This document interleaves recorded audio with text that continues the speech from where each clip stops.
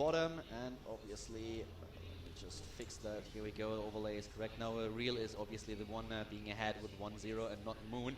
At the top left we have in the orange color once again Real, and well, we talked about it a little bit. The third base is something that we expect Moon to start very, very early, and then it's up to the Protoss player what he's going to do, what kind of tech he's going to choose in order to take down the third base.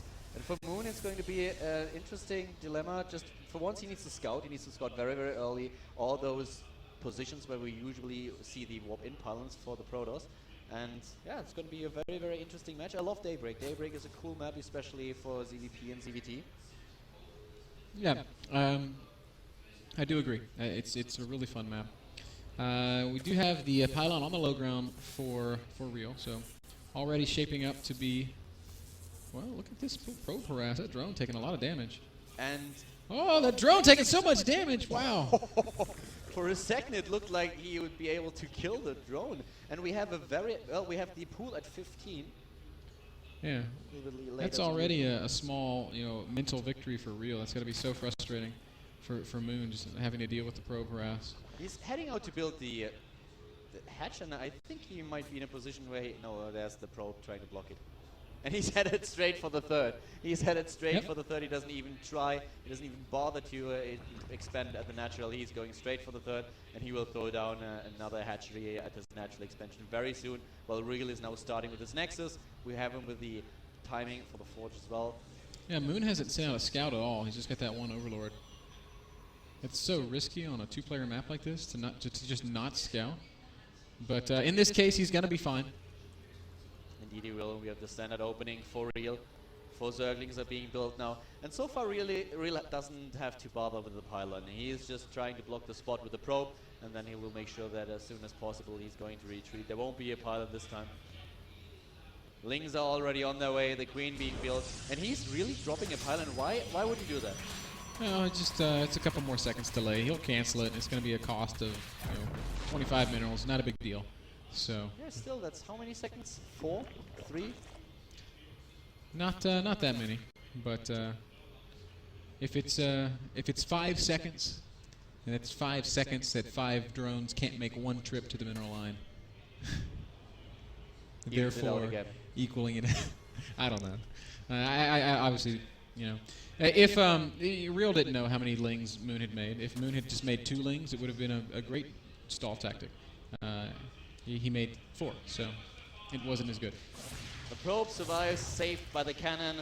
The gateway now being built, and well, for our Zerg player, we have the third base. This is exactly what we expected him to do.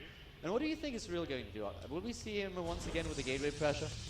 I don't know. I really don't know. I would predict that he's going to do some sort of warp prism play, because that's just kind of what I know him for. But he's also said that he doesn't feel like warp prism play against Zerg works, except for on maps like Shakur's Plateau. So we'll see. We'll see. He's already getting that +1, so it definitely looks like he's wanting to focus at least somewhat on his ground army. Putting another pylon to the left side of the base, so he is definitely he is in a position where he can hide some of his buildings, can hide some kind of tech. And we are about to, he's finishing with the cybernetics core, so let's see what he's up to. He's going for the +1 attack upgrade once more, and we have Moon just droning it up. He's at 30, going to 38 in just a few seconds. Another Queen being built, and here comes the tech. Going to be a Stargate. I like it. Okay. I really like it. Stargate opening, +1 attack already started, so we will see some Void Rays and ground attack. This is a really strong early on attack, I think, and Moon definitely has to have a couple of Queens in order to prepare against it, to put pressure on the Void Rays.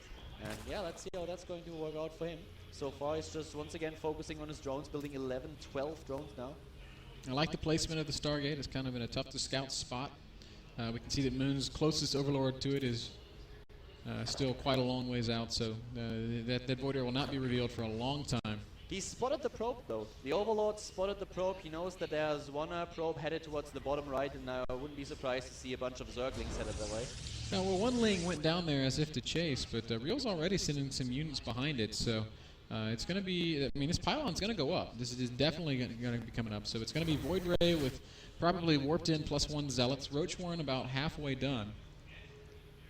And Well, the overlords that Moon has in position saw everything. They didn't only see the Pro, but at the same time also the Zealot and the Stalker. So he's fully aware of what's happening. We have his opponent now with a Void Ray, as we already mentioned. So double Void Ray now being built, and going on to the creep with the Stalker and the Zealot. We already have a bunch of Zerglings being built. This time there's the Evolution Chamber. Yes, indeed.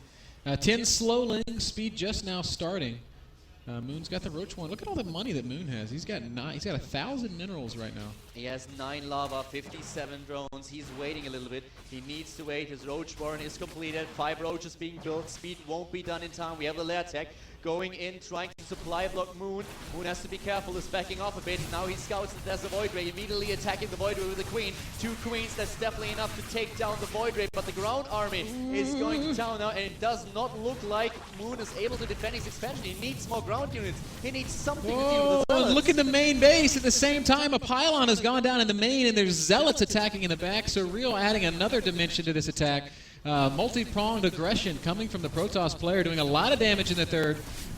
Queens are going to kill the Void Ray. Nice, well done, and he does lose one single Queen, but he's doing a nice job with his transfuses. There's another Void Ray coming though, and the Queens are not able to take it out. Yeah, every Queen falls, and now there's no more anti-air at the third base. There's a Queen in the natural, but that is all. And the main just getting ransacked right now. Real really being hyper-aggressive here against Moon.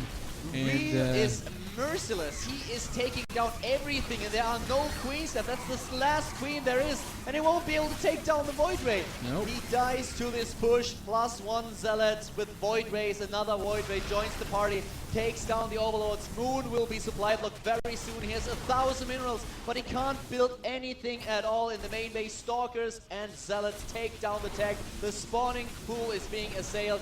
This is it. I can't believe it, but Real, he just annihilates Moon. The Fnatic player doesn't stand a chance against this Protoss. Yeah, pretty heartbreaking series for Moon. I mean, he just he got beaten up a little bit. Got caught by the DT tech, and then he gets caught by the Stargate play. And in both cases, it was just a matter of miscalculation. GG from Moon, and Real 2-0.